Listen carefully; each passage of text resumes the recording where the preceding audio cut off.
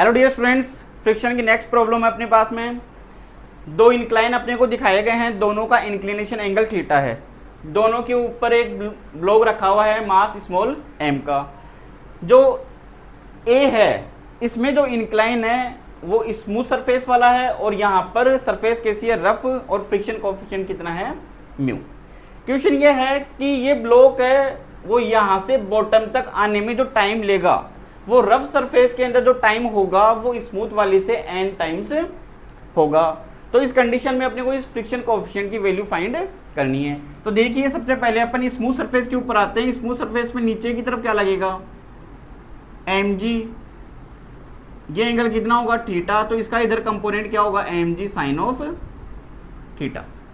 तो नीचे की तरफ फोर्स कितना लगा, mg sine of theta. Force अगर mg साइन ऑफ थीटा लगा तो एक्सेलरेशन कितना होगा डाउनवर्ड डायरेक्शन में, तो a को कितना रख लेता हूं मैं, g साइन ऑफ थीटा।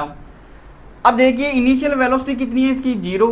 तो second equation s equal to ut plus half at square, और इस इंक्लाइन की लेंथ है वो मैं कितनी मान लेता हूँ, s। तो यहाँ से u तो 0 हो जाएगा, t की वैल्यू क्या निकल के आ जाएगी, root of 2s upon a। तो यहाँ से t1 कितना होगा, रूट ऑफ 2s, और a की वैल्यू आपने निकाल ली यहाँ से, g साइन ऑफ थीटा। अब आते हैं अपन रफ सरफेस के ऊपर। तो रफ सरफेस के ऊपर आप देख सकते हो डाउनवर्ड डायरेक्शन में तो वही कितना लगेगा, mg साइन ऑफ थीटा। अब अगर ये नीचे की तरफ स्लाइड करता है तो फ्रिक्शन फोर्स किधर लगेगा, अपवर्ड डायरेक्शन में, और ये स्लाइड किधर कर रहा है, नीचे की तरफ। तो इसका एक्सेलरेशन इधर कितना मान लेता हूं मैं, a डैश। तो इक्वेशन होगी mg sine of theta minus f equal to m a dash.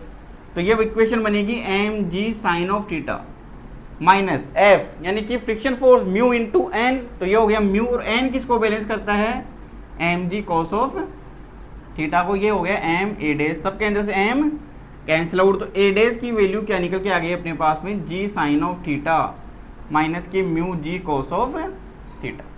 अब टाइम के लिए अपने पास में क्या इक्वेशन होती है, root of 2s upon a। तो यहाँ पे टाइम मान लेता हूँ मैं t2, कितना होगा 2s अपॉन a, कितना हुआ g sine of theta minus mu g cos of theta.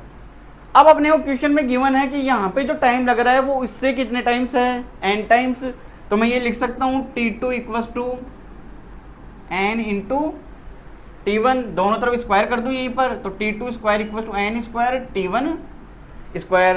अब t2 स्क्वायर कितना होगा यहाँ से, 2s upon g sine of theta minus mu g cos of theta equal to n square. t1 कितना होगा, 2s upon g sine of theta. 2s क्या हो गया, कैंसिल आउट हो गया।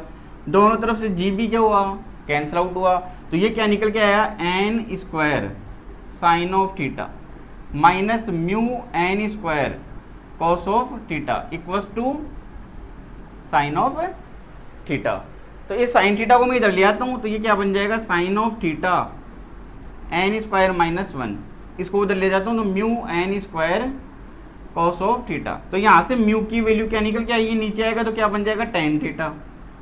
ये कितना है, n स्क्वायर माइनस 1। ये n स्क्वायर नीचे डिवाइड होगा तो ये कितना बना, n स्क्वायर। तो म्यू की वैल्यू क्या निकल के आई अपने पास में, ten of theta 1 minus 1 upon n square.